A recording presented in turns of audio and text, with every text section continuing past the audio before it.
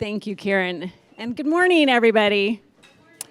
So if you had told me that I'd be standing in front of groups talking about mental well-being, health, neuroscience, I might have thought you were a little bit goofy, right? I am an executive coach. I teach things like leadership strategy, team development, communication. Those are the things I talk about, and I've talked about for decades now. But several years ago, it seemed client after client was sitting in front of me and crying, sad, overwhelmed, burnt out. And I really took that to heart and thought maybe the way I'm helping people needs to evolve as well. And so really started doing more work, more somatic work in the body, more breath work, all sorts of things to really help the person be at their best. That's the framework you have in front of me that I designed with my colleague Louise. And she's so jealous that she's not here. She's like, man, those videos and pictures, that looks so much fun. So it's been a lot of fun to be here with you. But I really want to help you take away some very specific strategies, some of which you already know but maybe haven't put into practice yet, to help prime your brain to be at your very best, right? To have your best conversations, to be in front of clients and really give all that they need from you to them, right? It's really hard to give to others when our own tank is empty. And so these techniques that we'll practice today, and that word is literal, so you'll notice there's no screens, there's no technology. This is low-tech, high-connection kind of workshop, and you'll be asked to do some things that you will probably go, oh, really, I have to do that? But I believe this group of maybe all the groups I might speak to might be the most willing to do some things like humming and moving in some ways that are not, just sitting in your chair for 45 minutes and listening to me talk. And so with that said, my interest in the brain really took root in the fact that it's an amazing organ in our body. It has the ability to rewire itself. And I really appreciate what Karen said. And it's really not an exaggeration. We have the ability to create new neural pathways in our brain. If you've ever heard the term neuroplasticity, that's what it means. And so by doing things differently than you've done in the past, you really can create new pathways in your brain. And I think that's very almost miraculous that that's the opportunity that we all have. And as I met a bunch of you yesterday and last night, we introduced in our smaller group this idea of maybe asking a question of, what are you known for instead of, what do you do? And the way I would answer that question differently than I would answer what do you do, is that I help shine the light for others so that they can see their own light and so that they can in turn shine the light on others as well. And I've really heard a lot of that. A lot of you that have been in the industry for some time, you're really wanting to mentor and bring other people up and support each other and help each other shine. That's this kind of cooperation and collaboration even amongst competitors, right? And so this is a very special thing in this community, and I think I applaud Robin and Karen and all of you who have been a part of making this group what it is and continuing to evolve it. The people in Santa Barbara are going to be very lucky to have opportunities to join you as well. So all that said, I want to go through our framework today, and we'll take it piece by piece. And a belief I have also is that the wisdom is in the room. Again, I'm not a doctor or a nutritionist or any of those things, but there is so much information available to all of us that we really can become more expert in how to take care of ourselves, how to take care of our bodies, how to take care of our brains. And so the first area, which may not come as a surprise to anybody, is the importance of sleep. Most people don't get enough of it. And I was pretty conservative on suggesting 6 hours is kind of the lower threshold, but really the research shows 7 to 9 hours of sleep, which any of you in here that have small children, any of you are going through menopause, any of you who just need a lot of sleep are like, oh my gosh, it's so hard to find that time. But so what I like to suggest in that realm is, right, you can't go from sleeping 5 hours a night to 9 hours a night. But any incremental habit that you can build will help you. And so maybe you can try to sleep 15 minutes longer, the month of June, and another 15 minutes longer. So you can incrementally do that. Often when we try to make a big habit change that's a big leap, It's not going to stick, and it's not going to happen. And so if this room is small enough, and you guys are vocal, and like I said, the wisdom's in the room. So besides the fact that you need more sleep, that's kind of obvious for most of us, what are some ways that you may have found help you get better sleep? And then I'll share a couple with you. And this is the one thing we're not going to practice in the session, because it's no fun if you're all sleeping and I'm up here talking. So, yes? Vitamin supplements? Oh, vitamin D. Okay, great. So there are supplements that can help. Good. Magnesium. Okay, what else? Yes? I do like either yoga or stretching or some type of meditation before bed. Okay, really great things. And one thing I'll add to that, which has been a newer discovery for me, is often we think about down regulating and things to wind down our night, which are important. Turn off the phone, no screen time, all those things, right? But some movement before you go to bed, some stretching, and actually what I've learned recently is some actual physical activity. Anybody's ever done a wall sit where you sit for 30 seconds? Ooh, that's got wheels. Woo! When you sit for 30 seconds, there's a message that goes on to your muscles once you're done that, okay, it's time to actually relax. So by constricting our muscles and then releasing them, it sends a signal that, hey, it's time for rest. So another fun one that we had the group in the retreat do is you put your legs up the wall. I'm not going to demonstrate that one today. It's a group of ladies, and I did it even though I was in a dress. So, you lay down and you put those feet up the wall for 3 to 5 minutes, and it really changes the circulation and blood flow in your body and does wonderful things. Any of you who do a lot of traveling, a lot of standing on your feet, right? Karen was sharing that she does that after every event. She's got a whole routine with compression socks and legs up the wall and all the things. So when she wakes up the next day, her ankles aren't crazy like that. So I know there was fun last night, lots of great music, lots of partying. So maybe this morning you aren't as rested as you might normally like to be. But I was grateful to speak this morning and not last night like happened in the past. So get some sleep. It is really important. We don't think about it maybe often as it being important for our brain, but it is for our cognitive functioning. You really need your sleep. Okay. So we also need nourishment. We need what we put in. It's kind of garbage in, garbage out, right? So we need to put healthy, whole foods in your body. Again, I'm not a nutritionist. I'm just a human being like all of you trying to make the right choice, choosing the broccoli over the bagel or choosing the quinoa over the pizza but look, I have a smash burger now and then. I have all the things as well. But I really try to balance, what I'm eating. And I was mindful and thoughtful about what I was eating really even all the last 2 days because I had a responsibility to people that I was supporting and here to be with. And I didn't want to have sugar crashes and I didn't want to, feel bloated and not healthy and at my best for them. So I'm not going to spend much time other than when Robin asked me, do you have any food kind of requests? And I just said, please provide people healthy choices, right? There's always going to be the fun, not healthy choices, and it's good to moderate and mix those up. But when you can, make those choices. And again, it's one choice at a time, right? And we have to make a lot of choices every day about what we put in our mouth in terms of what we drink and what we eat. And in a place like this, hydration is super important as well. So that's all I'll say about nutrition. All right, so you guys ready to have a little movement time? Okay, you're going to get to stay where you are because some of the seats are hard to get out of. So I have a little sequence to give you that's just sitting in your chair. Again, I know a lot of you are on your feet running around a lot, but I'm sure you spend time behind a desk and a laptop and a chair. And maybe it's not always as fun as like a lounge chair by the pool. So you can do some of these basic exercises.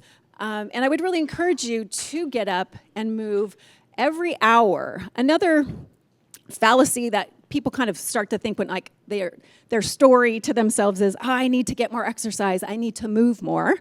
And then they start thinking about signing up for spin classes and Pilates and all these things, and then I don't have time, and then nothing really changes and nothing really happens. But for example, if you do 10 squats,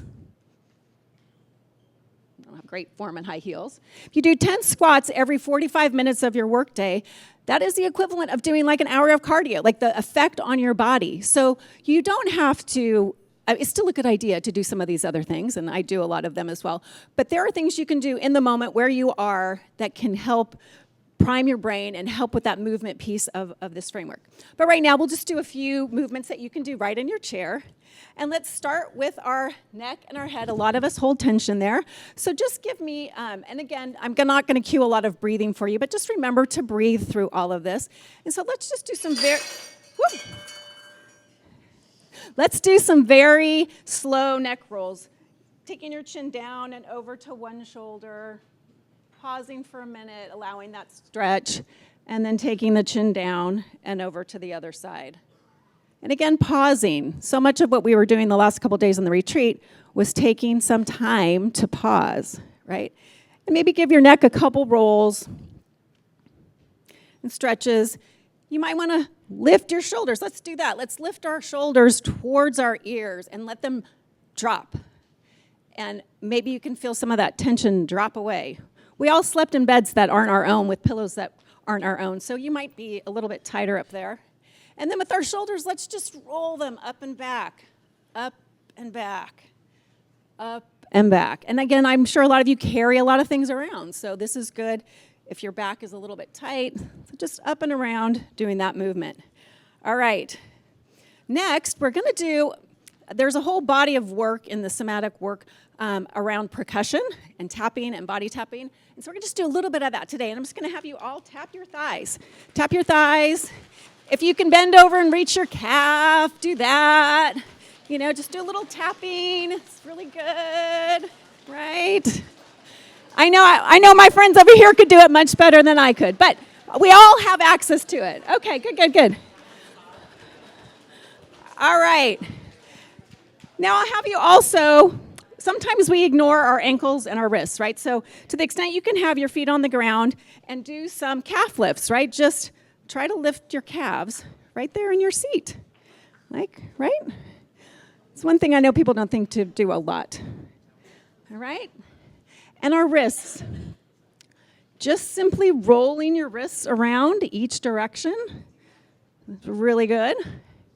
And this, if any of you have stiff joints, this exercise, a friend of mine who has arthritis started doing these hand exercises, and she is in a lot less pain. So just opening and closing these digits like that, right? Rolling the wrists, rolling around. Now imagine if you did that every hour or so, just a minute or two, how that might change your, not only your state of mind, but your physical being as well. So moving is important. Anybody have any good tricks that they have used to help themselves stay consistent and stay steady in their exercise routine? Yes? Okay, like you put it on your schedule. Yeah, or I plan a class that is time, otherwise You don't go. Yes, right. I know. Well, I'm also trained yoga and meditation teacher, and I never do yoga at my own house. I have to go to the studio, and when I'm teaching, it doesn't count either, right? It's like I have to schedule. So scheduling is really important because I know Allie, wherever Allie is, she was showing me her calendar last night. You know, if it's scheduled solid with work things, when am I going to exercise? When I'm sleeping? I mean, how does that work, right? So making an appointment is really good. And, you know, it is about prioritizing. And even sharing, I'm sure she wouldn't mind part of Robin's story, you know, part of her integrating more of you and Karen taking the leadership role she is Robin has some priorities of her own personally from a health perspective and all of that she wants to allocate time for, right? Just trying to do more of everything isn't the best strategy for you, right? Okay, well, good. So I hope you'll get some movement. And, I mean, Kathy loves moving in the heat even, but for most of us, we need a little air conditioning for that. Okay. All right. So next, I want to talk about connection, which is really foundational to what we're talking about today. There's a loneliness epidemic out there that I'm sure you've heard and read lots about. And sometimes maybe in a highly social community and industry like you're all in, maybe you don't feel that as much, but some of you may. And connection is just as important as sleep and nutrition and movement to our well-being and to our brain. And connection with each other, right? So I'm just going to say, pick up the phone. Many of us are going to be driving at some point today. Call that person, that friend, that family member that you feel maybe you've been drifting from a little bit. Make the phone call. Send the text. Try to connect with people. This whole in real life thing matters and is important. And it's also about connecting to nature as well. And we're going to have a little bit of opportunity to do that in a minute. So getting outside, getting fresh air, making connections with each other. So we're going to do this in an unusual way right now. We're going to have a shared experience, which is a way that people form connections. So one of the reasons why concerts, sporting events, and these group things where thousands of people gather, like Coachella and Stagecoach and all the things, it is the shared experience that people have. And your experience is elevated when you're around other people having that experience. So what I'm going to ask you to do next is we're going to do some humming. Because again, the part that's underneath all this, right, creating the vibration and such that we are is also food for the brain. And it's fun, and you're going to feel a little silly, and you'll feel connected, I promise, at the end of it all. So I'll let you know what sound we're going to hum. I'll do it first. Again, this is the uncomfortable part for me. I'll hum a sound, tell you what it is, and then all together we're going to hum that sound. And all humming is just, forming a little shape in your mouth helps, a little bit of breath, and there's no perfect right way. You can't hum wrong. Okay, at least in this exercise. I'm sure in a musical sense you really can. But okay, so we're going to break down the sound of Om, which any of you that do yoga are familiar with. But we're going to start with the ah part of it.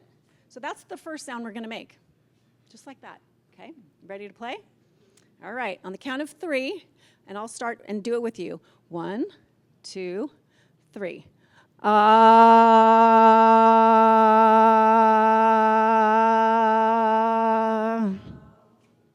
Excellent, A+.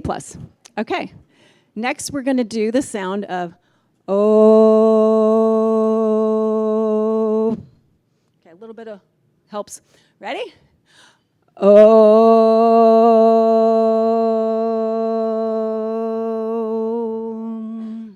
Awesome. And the last one is the Okay, ready?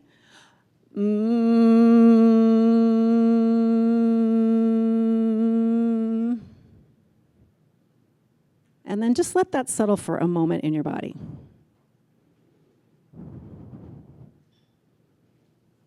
Okay. Now, for the shared experience. We are out here in California, but maybe there's someone in this audience. In fact, I talked to Susan last night, and I know at one point lived in Boston. So where's Susan at? Is she here today? Are you a Red Sox fan? Were you a fan when you were back there? No? Okay. All right. She was my one maybe Red Sox fan, but anybody a Red Sox fan here? Okay. All right. Anybody ever seen Fever Pitch with Jimmy Fallon and Drew Barrymore? Okay. Right? What's the song that they like to sing in Boston at the end of I think it's like the 8th inning? And I just was at a game over Memorial Weekend, but Sweet Caroline. Okay. So in a multi-generational audience, I was trying to pick a song I thought maybe everybody would know. So am I correct in that? Does everybody know the song Sweet Caroline? Yeah, well, that's okay. That's all we're going to do. Everyone's like, whew. All right. So we'll just do the chorus, right? And I'm not going to prompt you with what those lyrics are, and just pick up the hum wherever it is, so we may sound differently. But let's try to hum together the chorus of Sweet Caroline. Bum, bum, bum, right? That kind of part of it, all right? Let's try it on count of 3. 1, 2, 3. All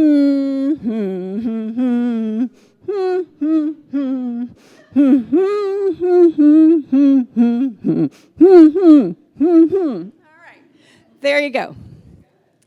Now, for as uncomfortable as that may have been, after the fact, you guys will have a laugh over it. It'll be something that you have a shared experience that you can connect over and talk about. And maybe you'll start doing more humming. I mean, when I learned this technique, I hum a lot more because for me, it sounds better than singing. And I like the way there's actually a calming effect to it. But the point in terms of the framework really is, and you guys are doing it right here. We didn't need to practice it because the fact that you took time out of your life and your schedule to come and be in community and be in connection with people, there's programming for these things, but I know the fun is in the pool and on the lounge chairs and, all the informal connections and conversations. And I just encourage you to keep that up, because even in this age of AI and technology, we humans need each other more than ever.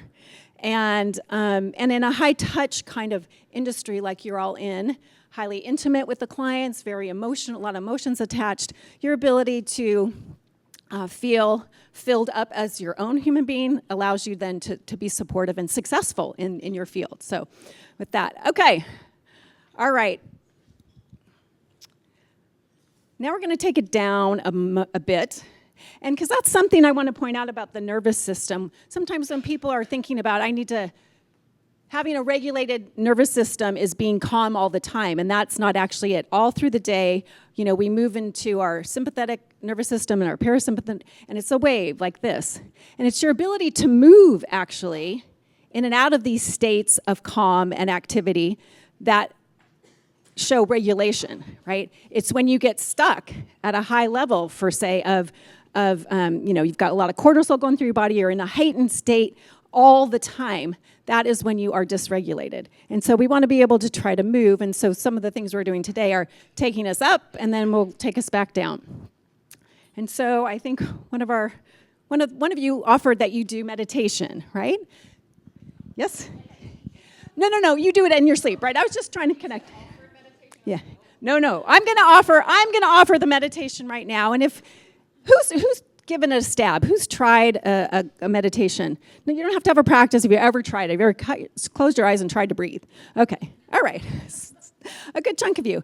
And it's hard to form into a pattern, right? And we really suggest starting a couple minutes at a time, working up to 5 minutes, that sort of thing. And we're just going to do a short one that's guided today. And the emphasis for you is going to be to help you examine, to become more self-aware of your pace, right? Your pace.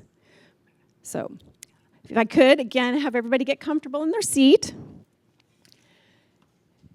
And close your eyes. Maybe set your hands on your lap if that's comfortable, but just get comfortable. And in this meditation, sometimes people confuse meditation with really thinking it's controlled breathing. And I just want you to breathe like you do all the time without thinking about it. Just be right now for a moment.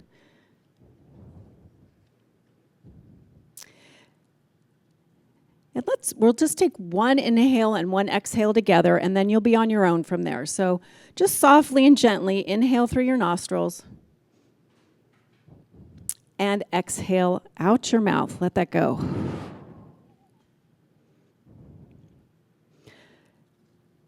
Now bring to mind a space in nature. I mentioned we were going to head outside.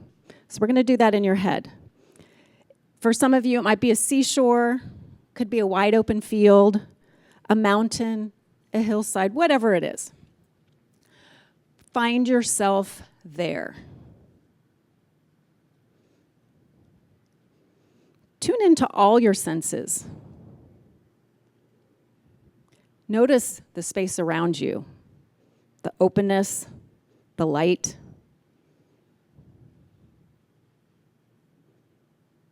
Now imagine yourself beginning to move. You're running strong and free. You're filling your lungs with air. You're going fast. Your feet are carrying you. Run like you haven't run in decades. As you're running, notice the sensations that are arising in your body. Feel your muscles working, your breath deepening, the energy moving. What do you smell in the air? What do you hear? What do you see as the landscape moves past? And you are fast and you are fierce.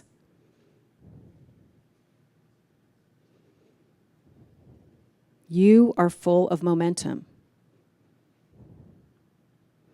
But we can't keep that pace all the time. So gradually, allow yourself to slow down. ease your pace. Steady your breathing. You're not slamming on the brakes, but you're slowing. Maybe you're jogging now until you reach a casual walk. You're strolling now, unhurried, moving slowly now in your favorite spot outside. Again, notice how you're feeling in this softness with more spaciousness. Can you hear more? Can you smell more? What do you see from this slower, more grounded pace? This is an opportunity to take in some detail.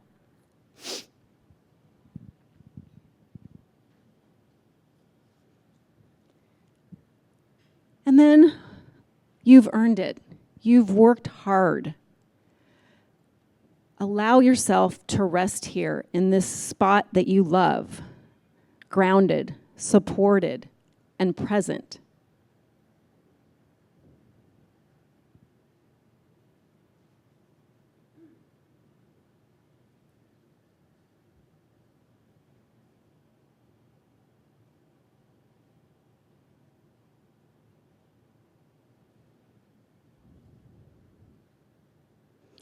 And when you're ready, gently begin to bring your awareness to your breath, to your body in this room, to this moment. Again, you might wiggle your fingers and toes a little bit, wake yourself back up into the present. And when you're ready, slowly blink your eyes open.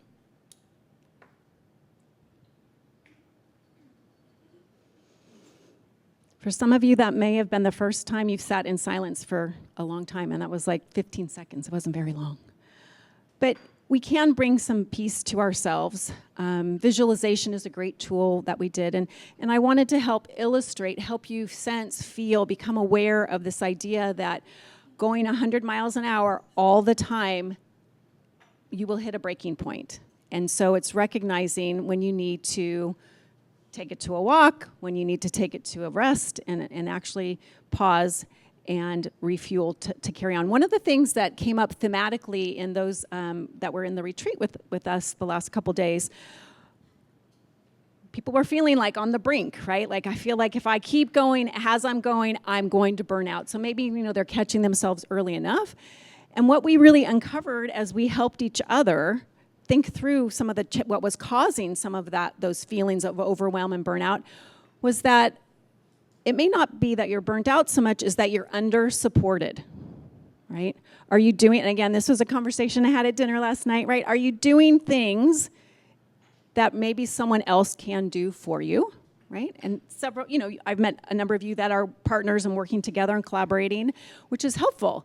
But that might be the place to start also, right? Where can I collaborate with somebody? Where can I bring somebody who has a strength that I don't have, that they can take work off my plate so that I can then be at my best, whether, doing design like Kathy likes to do, or someone else might want to be the one doing the implementation, what have you. But really, what kind of support do you need and where can you find it? And this can be also at home, right? So I know a lot of you have very successful businesses. Maybe you're the primary breadwinner in the household, and maybe you need more from your partner at home or your kids at home. Maybe you're still making their lunch and they're 12 years old. It's like, okay, people, it's time to get on the team here. So think about those conversations maybe you've been avoiding, you haven't had, because a lot of people running at high pace all the time, they do because they can and they've always done. But that doesn't mean that's the right answer for you, right? So, if you can find some time, and again, maybe on your drive home, you give some thought to where am I under-sourced? Where am I under-supported? And how might that change how I'm feeling and allow me then to show up and be at my best, right? Which is what we're really talking about today. Okay. All righty. So that was the meditation was part of the mindfulness practice. And what I want to say about mindfulness, though, is mindfulness isn't just meditation. I happen to do that because I wanted to bring mindfulness to your pace that you're working at so you can become mindful of that. But we can be mindful when we're cutting strawberries at the sink. We can be mindful when we're walking. And that's really just about maybe not having those buds in and listening to a podcast and talking on the phone all at the same time while you're trying to get your exercise, right?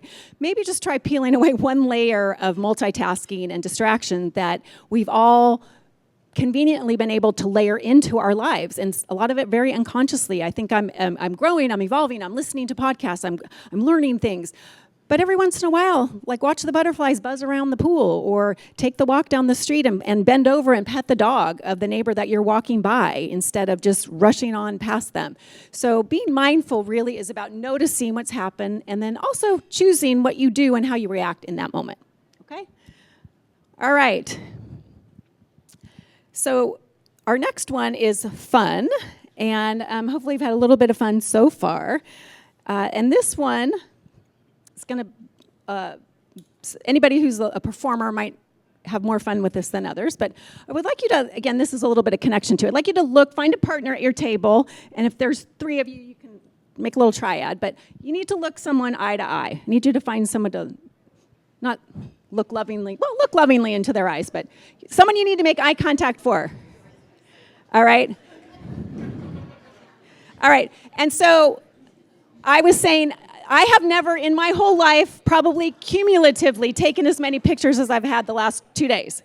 And so this technique of when the photographer like Jenny was like, just laugh a little bit, smile, you want to get that feel. It felt very foreign a little bit for me, and not being in your guys' space, but laughter is wonderful medicine for the brain. There are whole classes that you go, and that's what you do, you just laugh. Right? So I'm going to try to initiate laughing in a real sense by doing something, asking you to do some silly things, and maybe that'll make you laugh. I don't know. All right. So I'm going to call out a facial expression, right? And you need to make that face at each other. All right? So let's start with the first one. I want to see your best frightened, scary face. What's your best frightened, scary face? Make it at each other. Make it at each other.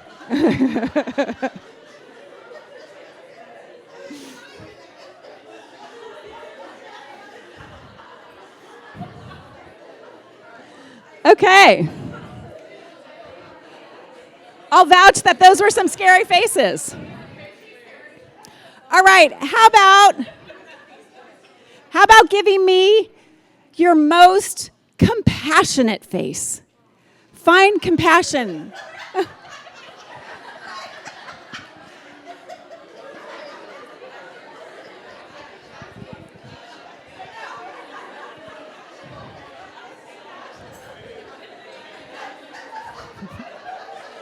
All right, how about your angry face?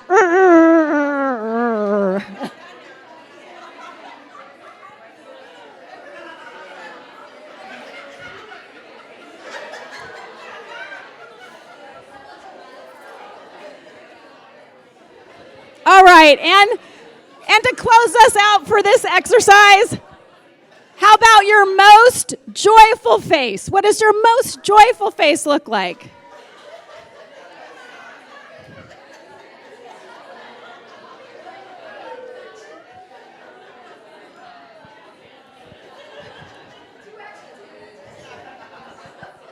All right, so maybe I gave some of you who do the photography work some different ways to get your people to laugh a little bit, right? Like just ask them to make a silly face. So eye contact with each other is another just primer. These things are all primers for your brain. So laugh more. I know for me, I can be in a very reserved kind of workspace, talking with executives about all these serious topics. And I actually it's on my goal list, my thing, have more damn fun, right? Which was great to sit at the table I sat at last night meeting some new people, and I ended up with a napkin on my head. I don't normally put napkins on my head, right? But it was really fun. And so where you can create fun, have fun, jump in the pool with your dress on, all those things, right? We have this one beautiful life, right? We die once. We live every day. And so it is important from a brain science standpoint to have a darn good time. So isn't that good to know? All right. Yeah, live that best life. All right. couple more areas, and then we'll be ready to send you all on your way. So I do want to give a little bit of airtime to thinking, right? Again, when we're in motion, momentum, doing tasks, having conversations, the pause is often absent from our days, right? And this time to really think. And if those of you, and I talk to many of you who are looking to level up your business, level up your leadership, take things another notch up, you're only going to be able to do that if you spend some time thinking, right? So just like carving out the time to exercise, putting it on the calendar, I encourage all the executives I work with to create what I call white space on their calendar, right? Every week. And again, sometimes we have to start very small. The increments on their calendar are like, ugh. So maybe it's just a half an hour, right? Then you can work your way up to an hour and sometimes a half a day and all those things. But start small, and there's no agenda for it's blank, right? So it's not like in that half hour I'm going to work on this thing. It's like in that half hour I'm going to sit here and see where my mind goes. I'm going to see what's going to surface, and then I'm going to maybe spend some time thinking about that. And then, extrapolating from there, when you do get to the point of I have this creative idea, I want to pursue this thought or this new product or service launch, then you similarly need to plan, just like you guys plan all the steps of the event. You need to plan your business in that same way, right? And then you need to plan time to work on that, right? And I know some of what you do, depending where you're located, it's cyclical. So, are there times in the year where you have more white space because you're not so consumed with client work? And that can be time where you creatively explore new offerings, new services, new partnerships, new relationships, all of those things, right? So the main thing I want to encourage you to is to find some of that time, and then treat yourself like you would the highest end customer that you've ever worked with. You deserve that kind of service, right, to yourself. And rather than withholding that from yourself, treat yourself in that way. You wouldn't cancel the meeting on the client. You wouldn't ignore that request from them. So you shouldn't ignore yourself. And one thing that I'll just mention too, this is like, I think the one tip I've given the most in my whole lifetime with email. When you are doing email, you are doing somebody else's work, okay? So the important work, the work that is the priority, should be the work you do first. In whatever way your day starts. I'm not saying everybody's day starts at 8 o'clock in the morning. Some of your days go till midnight, so maybe your day starts at noon. Whenever your day starts, our tendency is the way we ease into it would be to get on our phone or our laptop or our computer and sit down and do a bunch of emails. And I just want to challenge you that if you spend the first 30 days of your working day working on your projects, your priorities, you will get shit done. So I have found that to be a very useful source of practice to people. So I want to encourage you to do that in terms of this idea of giving yourself some time to space and to think. And thinking time doesn't have to happen and it usually doesn't happen best behind a desk, inside four walls where you don't have some fresh air and sunlight and all those sorts of things. So I would encourage you to give yourself the gift of that thinking time. And then finally, wrapping up, it's important for our brain to feel a sense of purpose and meaning in what we do. And again, some of the conversations I had the last couple days are people reconnecting or recalibrating or adjusting, reinventing how they can contribute. Again, I heard many people sharing that they have something to give back, and that's part of why they're in this group, right? And not to give back to get, but to give back because we've created and accumulated experience and wisdom that no matter your age, we all have it to share, and we can all teach each other. And so one thing that I'm sure Robin will send a post and Karen will send out a post survey, and I recently did on my Instagram a 21-day challenge. Well, not recently, it was January, it was the start of the year. But it was a 21-day challenge that every day just posted a simple concept and one self-coaching question. Because that's really the work that I've done, and a gift I want to leave all of you with today is out on the table. And I have another box, so there's plenty. You can take one and even take one to gift one. But my book that I wrote, which is called Stay Relevant, and it's a self-coaching story. So it follows a woman and her team and integrating AI into their business and all the things that uncertainty and change brings with it. And you see her do the things, get a mentor, join a peer group, mind map, journal, do yoga, all the things to try to help her navigate this very ambiguous time that we all really find ourselves in. But the tool that comes out of the story is this idea of self-coaching, that we have inside of us what it is we seek, right? And what it is we need. But if we're too busy to ever ask ourselves the question about what is it that I want, what is it that I desire, what is it that I'm good at, what is it that I can share with others, we don't find our purpose, and we maybe continue on in a way on autopilot. And the talk today really is to help kind of shake you out of autopilot in some aspect, maybe one of these areas. Also, I'll have her send out, there is a little assessment and tracking sheet if you want to assess how you're doing in these areas, and pick a strategy that maybe you heard today or maybe you saw somewhere else, and have that be the one thing. I don't expect you to do 20 new things, but if you do one new thing to help prime your brain and to help you be at your best, that's success. And we talked a lot about in the retreat that a lot of us are stuck in old success stories. What is success? And that leads to comparison in a way that's not constructive and healthy for us. And the only person you need to compare yourself to is yourself. And ask yourself, am I better today than I was yesterday? Like, have I grown in some way through some conversation, through something I read, through some thought I had? Am I better today than I was yesterday? And that's the goal, right? If you do that day over day over day, you are going to be at your best in the long term. So 2 little other gifts on the table for you.